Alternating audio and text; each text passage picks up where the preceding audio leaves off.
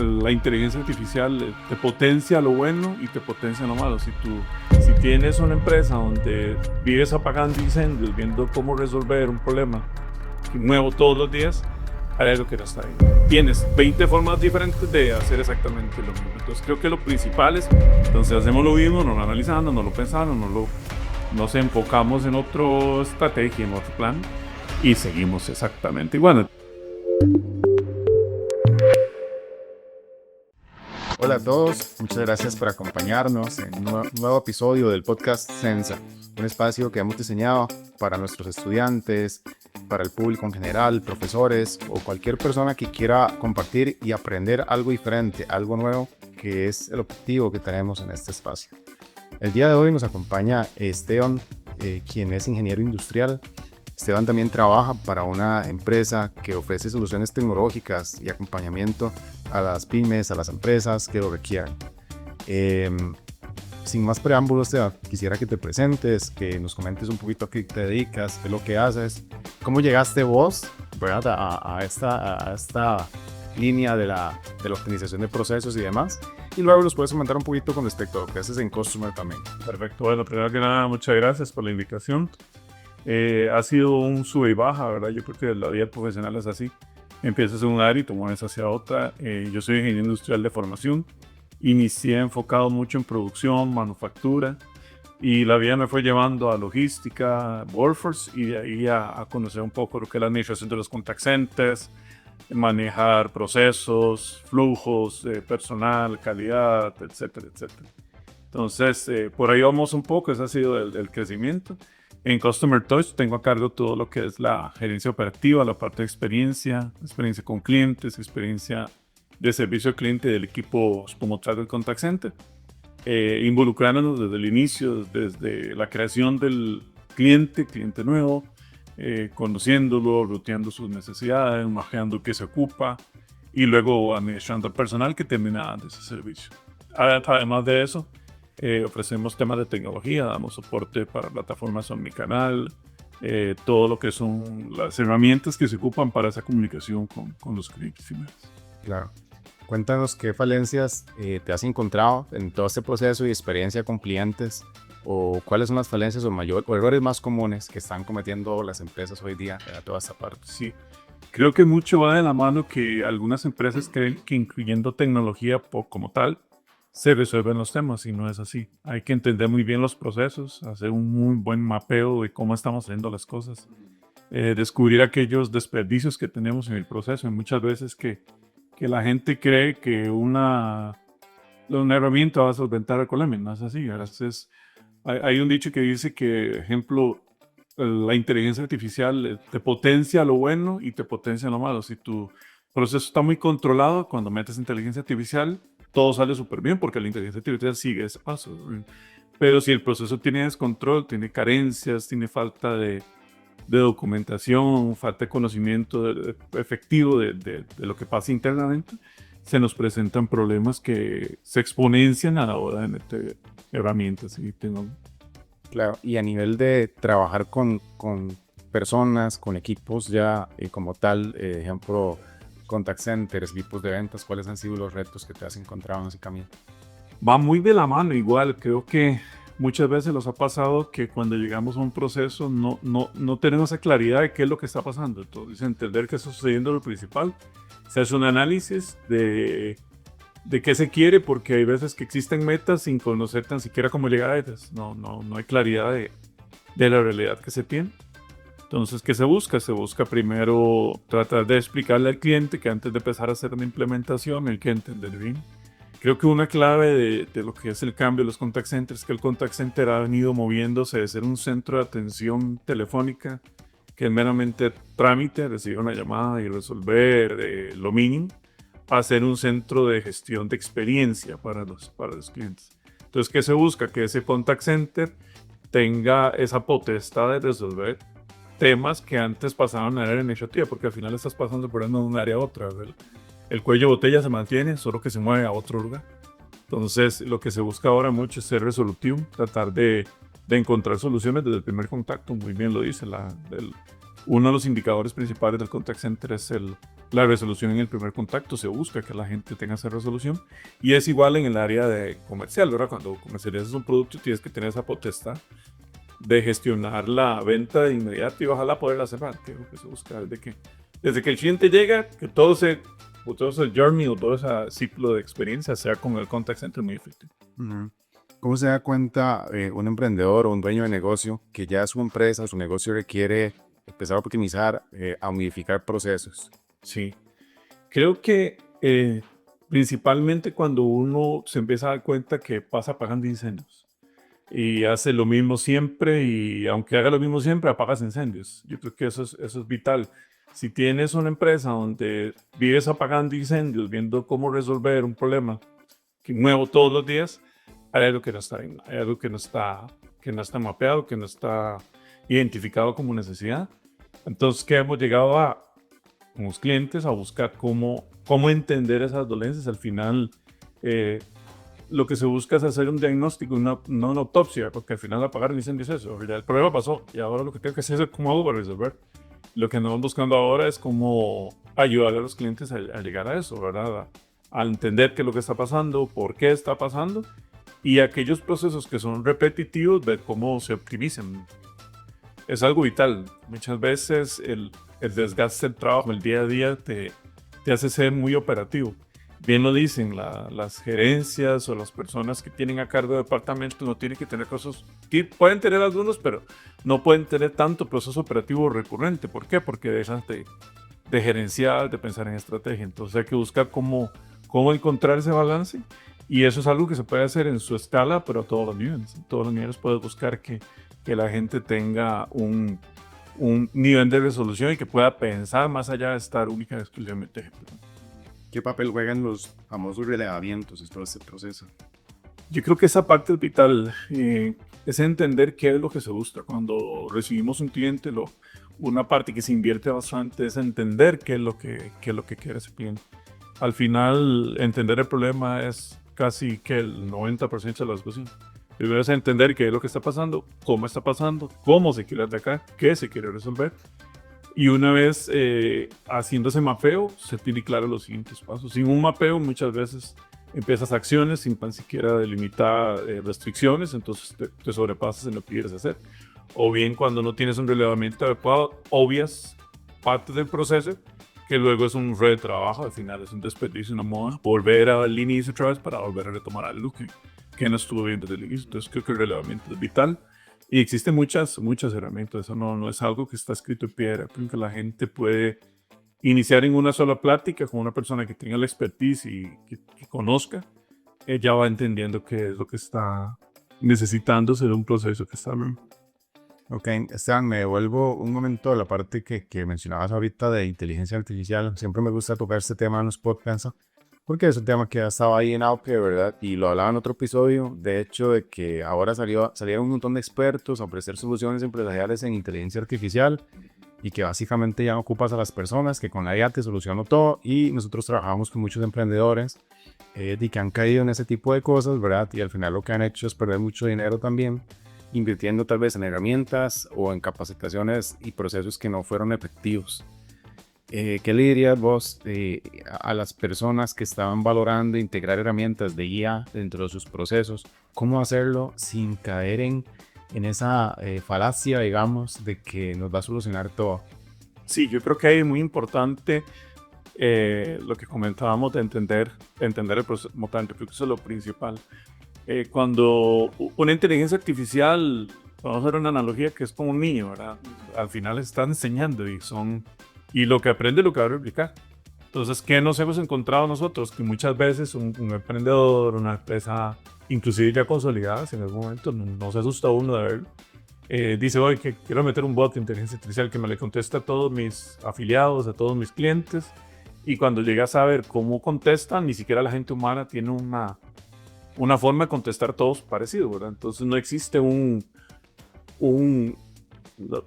tal vez un reglamento, o está documentado, o están los procesos, sobre la estandarización exactamente. No hay procedimientos que tengan cómo hacer las cosas. Entonces tienes 20 formas diferentes de hacer exactamente lo mismo. Entonces creo que lo principal es hacer ese autoanálisis, entender bien cómo estoy trabajando, qué estoy haciendo, y una vez entendido eso ya puedes avanzar.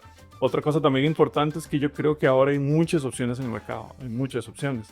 Tienes que buscarte un partner que no solo te dé la solución y que Dios te acompañe, ¿verdad? Tienes que buscarte a alguien que ojalá te dé ese acompañamiento, que sea una inteligencia artificial generativa que te ayude a ir mejorando el conocimiento paso a paso.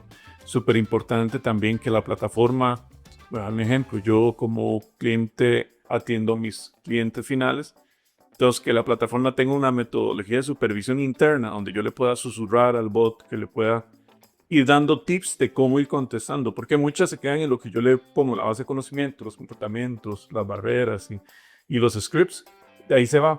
Pero si yo tengo una herramienta que me logre dar ese adicional, que le dé siempre ese toque humano, o que el humano pueda tomar una interacción cuando el bot tal vez no le entendió bien a la persona, eso ayuda muchísimo a ir mejorando el proceso que te dicen por...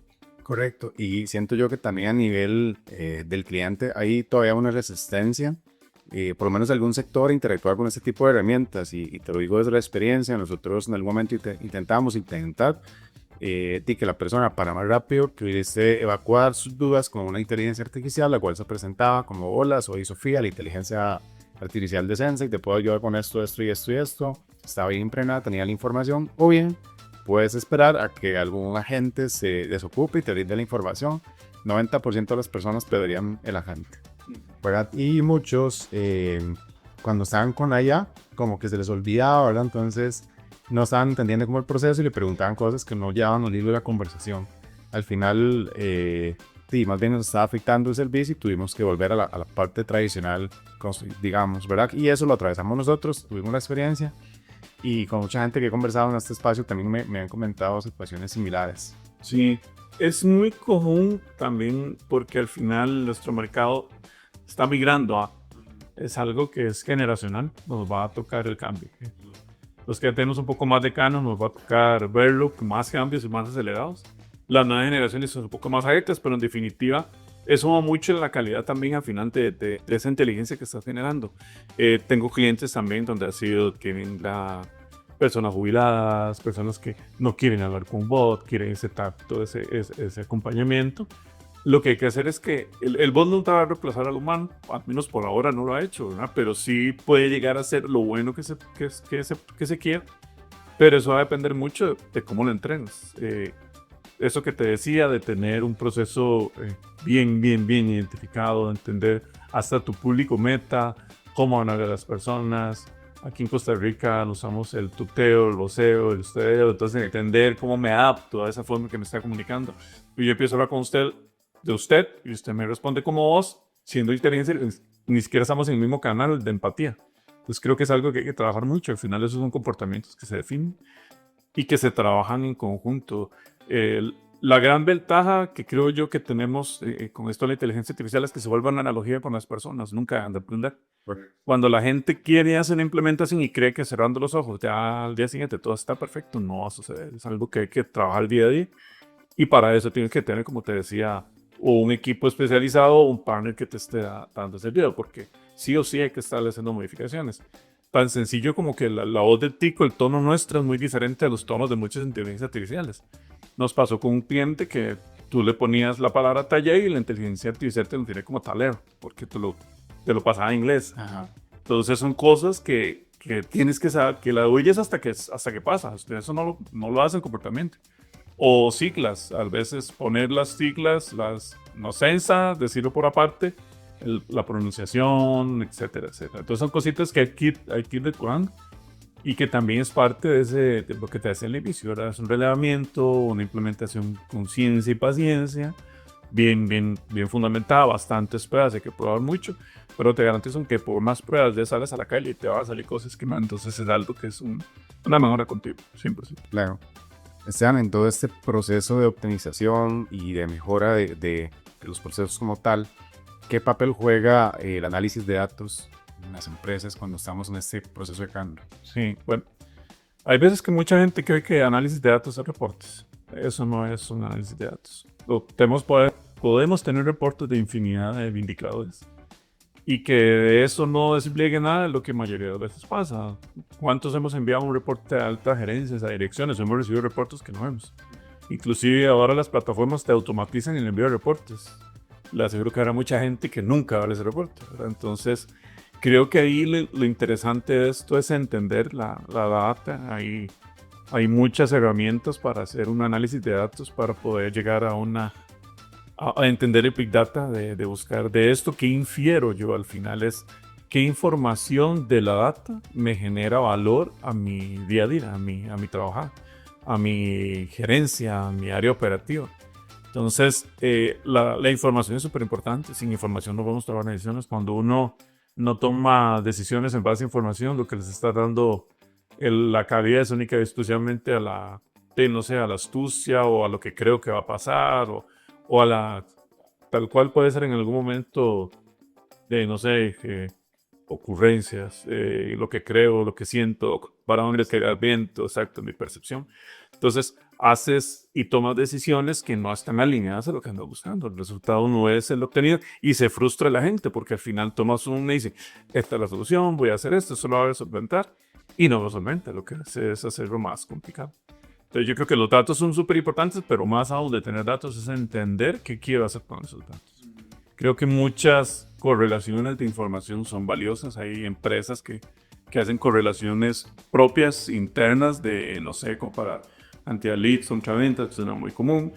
Pero hay otras que para ellos es más importante leads contra canales, porque lo que quieren es entender cómo va su funcionamiento, por dónde me está buscando la gente, y en base a eso muevo mi estrategia de marketing. Entonces creo que va muy de la mano de entender muy bien para qué quiero la información.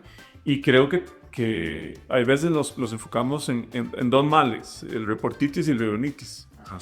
Nosotros a veces queremos reportes para todo y de todo, y reuniones para ver esos reportes después para todo, y decisiones cero. No hay decisiones sobre ninguna de las dos.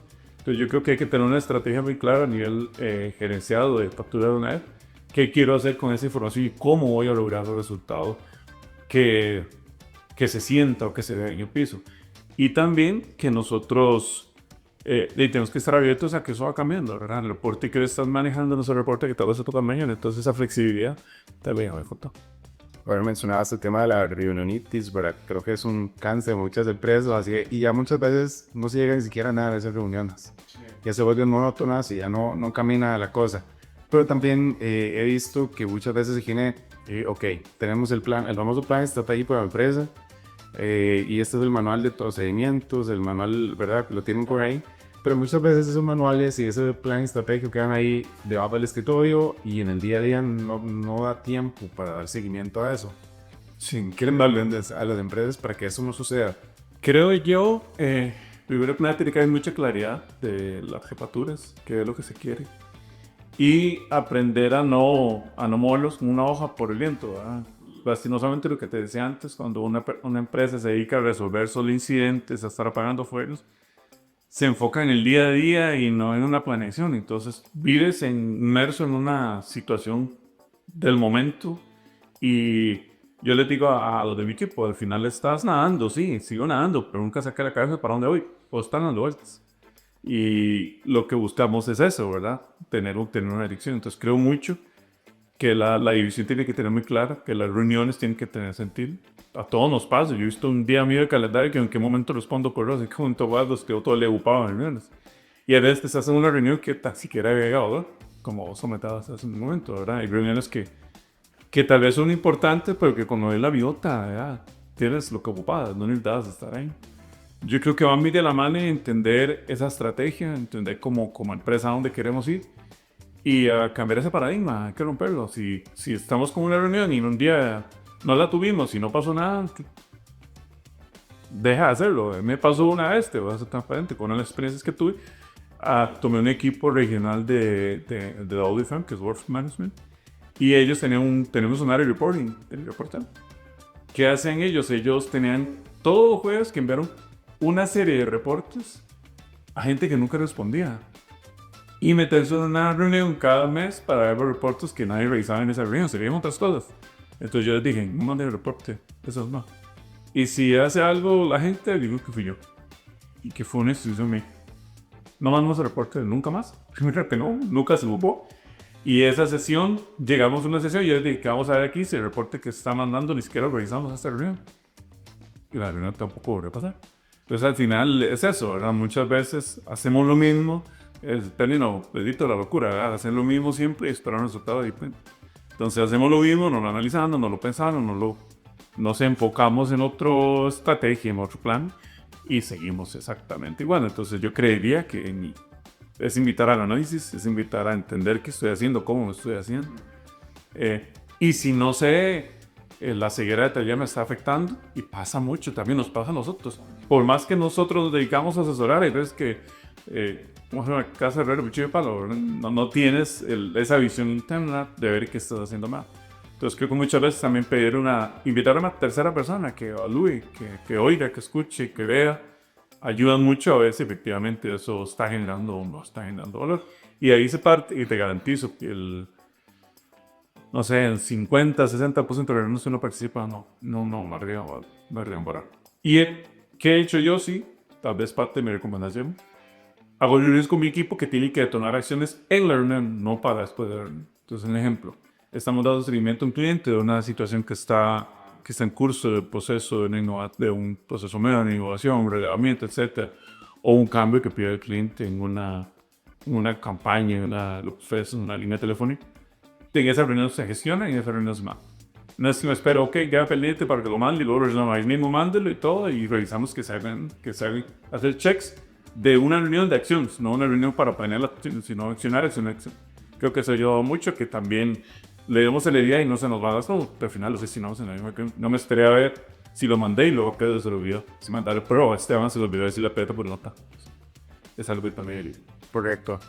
Que ya hablamos un poquito de la parte de TIA, ¿verdad? De tecnología y un poquito también de la parte de procesos. También en este espacio me gusta mucho hablar de personas, digamos, ya de la parte de liderar equipos de trabajo.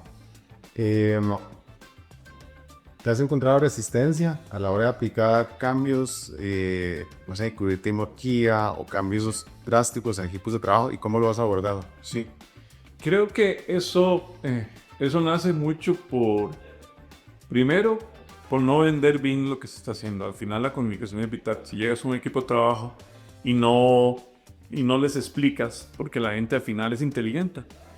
Yo les decía a los míos que una persona inteligente sin información es un peligro, ¿verdad? Porque se va a inventar cualquier cantidad de teorías de conspiración, o inventar la forma de resolver él sin que tal vez vaya alineado a lo que creemos. Entonces, creo que es un proceso que se tiene que llevar de involucrarnos. Hay que comunicarle muy bien a la gente qué estamos haciendo, por qué lo estamos haciendo. Desde el inicio, cuando nosotros como jefaturas, como líderes de área o como implementadores de una tecnología, nunca le implementamos para hacerle la vida más complicada a la persona. Tal vez no vimos algunas cosas que van a ser un poco más de proceso, pero no lo hacemos tratando de hacer la operativa más difícil. Entonces creo que hay que comunicar desde el inicio a las personas, que entiendan qué es lo que estamos haciendo, por qué lo estamos haciendo, cuál es la finalidad, cuál es el objetivo. Ojalá involucrar un par de figuras clave, líderes de piso, personas que tienen experiencia en la parte de la implementación, en el reglamento, y que ellos se sientan parte de personas embajadores tuyos, que te van a ayudar a generar ese cambio. También involucrar a los equipos en el cambio digital. La gente tiene que estar boarding, y tiene que estar con un boarding alto de qué estamos haciendo, tiene que estar completamente alineados, tienen que saber para qué es. Y también creo que volviendo a lo que te comentaba antes, es como etapas, ¿verdad? Yo creo que primero tienes que saber cómo están tus procesos, lo que vas a hacer, cómo va a afectar a esas personas, entender el perfil de las personas y al final decirle, no, que eso es lo último, pues. Ese hoy para meditar, entender cómo estoy, qué ocupo, qué necesito, dónde me duele, qué recursos tengo para llevar a cabo esos procesos y qué ocupo darles a esas personas. Siguiendo ese flujo de tres pasos, que puedes llegar a una solución donde las personas que son el centro, acá en el MED, se sientan cómodas utilizando la herramienta con los procesos. Pero sí hay que involucrarlo del inicio. A nosotros nos sirvió mucho, te lo voy a hacer transparente. En algunas veces hemos tenido reuniones con gerencia para implementar un proceso y cuando llegas a piso, el proceso no es que te das cuenta que las cosas son completamente diferentes, que no es un proceso ni siquiera que como se lo imaginan arriba, se hace piso, Y al final el proceso que hay que implementar el que está antes. No hay que implementar el que esté, a menos que sea por fin un cambio, etc. Pero si lo que se quiere es ser más sencillo y una operativa que ya está funcionando, se sigue. Si ya es un tema que queremos generar un cambio, entonces desde el inicio hay que explicar a la gente por qué queremos hacer cambios y qué necesitamos para cambiar. Y en base a eso pasa canto, pero definitivo que la gente es súper importante. Meternos a bordo de... Sí, en este espacio y en otros hemos trabajado con muchos dueños de negocio, gerentes, y el tema de resistencia al cambio también lo liga mucho con un tema generacional. ¿Crees que haya algo por ahí que te esté afectando a nivel generacional? ¿O haces de vos a tus equipos de trabajo también ese tema como tal? Creo que sí y no. Te lo voy a decir. Yo creo que es entender también como cuando nosotros estábamos haciendo una campaña de marketing, tenemos un varios personas, ¿cierto? Entonces, a ver quién vendemos. Es igual en el tema del personal. Creo que es muy diferente un personal que trabaja en contact center a un personal que trabaja en una planta industrial. Son perfiles de personas así, pero personas que tienen un enfoque diferente a ver las cosas. Entonces creo que también ahí está la ciencia de las jefaturas y de las personas les gusta cómo llegar a eso.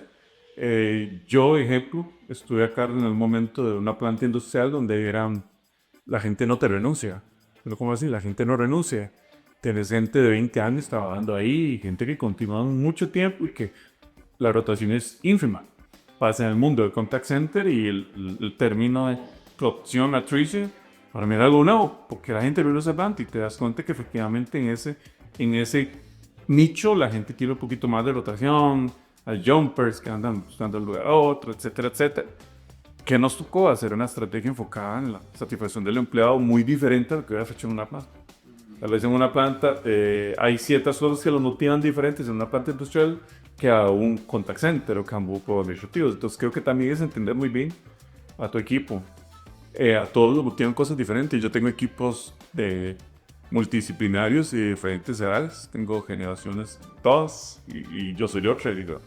Entonces creo que al final es entenderlos, es trabajar con ellos. Cuando uno como jefatura verdaderamente le importa a la persona, le importa el colaborador, es mucho más sencillo, es mucho más sencillo trabajar con ellos porque ya sabes que lo motiva. Yo sé que una colaboradora lo puede motivar que lleve Juan para tener. Otra persona también puede motivar que lleve frutos, ¿verdad? Entonces tienes que buscar de base, hacer una donación. Pero igual hay gente que se motiva cuando lo que fin. Hay gente que se reta mucho cuando los quieres entrenar. Yo creo que esta generación, al tener tanto acceso a las herramientas digitales y tanto acceso a la tecnología, es una generación que hay que explotarle la ganas de conocer, las ganas de tener conocimiento en áreas diferentes, las ganas de aprender, de inclusive no sé, vi un video de estos que decía que ya los niños no solo juegan Roblox, sino están aprendiendo a programar en Roblox. Yo creo que es algo que le llama mucho la atención. El tema de haber sido influencer fue porque vieron a alguien haciéndolo y yo quiero hacer cambio. Entonces creo que mucho eso es de buscarlos cómo explotar la tecnología para que ellos se sientan más atraídos a ellos. Lo hemos visto acá con Sensa, ¿verdad? Las carreras técnicas y no que fue. Creo que es una de las partes importantes que hay que buscar de resolverlas. Y también creo que mucho de lo que ha cambiado es que nos acostumbramos los de la antigua escuela a carreras largas, a la universidad, los años, que al final que eso te garantizaba tener un trabajo, salías con un título y eso te ayudaba. El mundo iba cambiando, que no necesariamente. Yo lo hablaba con algunos de ellos que al final se ha vuelto un proceso muy que va a llegar un momento en que un muchacho con 3 técnicos gana más que un ingeniero que duró más. ¿Por qué? Porque desarrollas habilidades específicas para campos específicos. Ahorita hay mucha necesidad, y lo hablábamos de inteligencia artificial. Costa Rica puede hacerse un hub de muchas cosas y creo yo que nosotros como jefaturas y como empresas tenemos que ir buscando cómo explotar todo ese ganas de conocer y de motivarlos a ellos y creer pues. Excelente, o sea, ahí me respondiste a varias preguntas que tenía de una. Excelente. Me gustaría que nos comentes y le comentes al público general qué hace Customer como tal, ¿verdad? O cuál es la razón de ser, como para que lo entiendan. Y también a dónde se pueden poner en contacto en caso de que tengan algún negocio y les interese, pues, trabajar con ustedes. Sí, bueno. En Customer Touch tratamos de enfocarnos en los servicios amistados, que es desde el inicio creo que eso es algo que hemos tratado de posicionar como nombre de marca. ¿Qué significa eso? No solo entregamos un producto, sino que tratamos de ir durante todo el proceso con el cliente. Nos enfocamos a todo el apoyo de lo que es herramientas omnicanal, herramientas para migración de datos, CRM para la migración de sus clientes. Tenemos área de contact center, tenemos tanto B2B como B2C. Damos soporte en área de marketing, todo lo que es la gestión de mercadeo, el enfoque de la estrategia. Buscamos ser un 360 al punto que podemos dar hasta los canales de comunicación, que es TikTok. Entonces, somos una empresa 100% nacional, talento nacional, con proyección internacional. Estamos en estos momentos ya en operaciones en Colombia y México. ¿Y cuál ha sido nuestro éxito? La cercanía con los clientes. Lo que muchas veces adquirimos plataformas muy buenas, hay plataformas súper robustas a nivel de mercado, pero la plataforma se pierde cuando ya no se le da seguimiento y el acompañamiento para la implementación efectiva se pierde, no se da. Al final compras un Ferrari, pero lo usas para ir a la pulpería. No le sacas el provecho que puedes sacar. Damos soluciones de inteligencia artificial, por supuesto, tanto como en voz, en texto. Manejamos chats de WhatsApp, tanto con inteligencia o el chat de selecciones. Buscamos cómo sí, la verdad, resolver a los clientes, cómo atacar esa necesidad. Todo eso te ha dado mucho del tema del mapeo. Yo soy uno de los que me involucro desde el inicio, entendiendo qué es lo que se ocupa, cómo se ocupa. Y una vez conociendo esto, se le recomienda al cliente. Hemos llegado al punto donde hacemos un análisis y la respuesta es: no estás ocupando no tener una plataforma, una herramienta hoy, porque necesitas ordenar esto primero para llegar ahí. Entonces se convierte hasta en una asesoría, un acompañamiento, que es lo que nos ha hecho mantener partners por ahí. Y para localizarnos, el teléfono directo es 402015 Retel. Y el correo electrónico es info@customertalkcr.com y nuestra página de internet www.customertalkcr. De igual manera van a encontrar toda esa información en la descripción del video. Y para cerrar, ¿algún libro que puedes recomendar a las personas que nos van a escuchar? Sí, creo que hay uno que me ayudó mucho a mí, que fue Operaciones for Dummies. Creo que eso es muy básico, te da muchos tips sencillos de cómo aplicar en el piso. Creo que el libro de liderazgo son súper importantes y varios, pero que diría yo que los de motivación, ver cómo sacas el provecho a la gente de cómo lo quiere hacer, qué quiere hacer, es vital.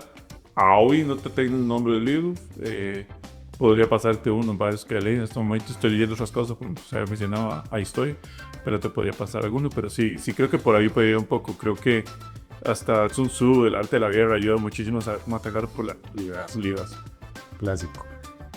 Bueno, Esteban, antes de cerrar, agradecerte por el espacio, por estar por acá. Espero que sea la primera de varios episodios en los cuales nos puedas acompañar. Creo que todos los temas que tocamos dan para mucho más. Yes. Pero bueno, agradecerte nuevamente, agradecer a Customer también y súper recomendados. Nosotros que trabajamos con ustedes directamente podemos dar fe de la línea con la cual se trabaja. Y bueno, muchas gracias a todos los que nos han acompañado y los que van a ver este video de verlo en diferido. Espero que haya sido muchísimo aprendizaje y seguimos viéndonos en el podcast de Sense. Muchas gracias. Cheers.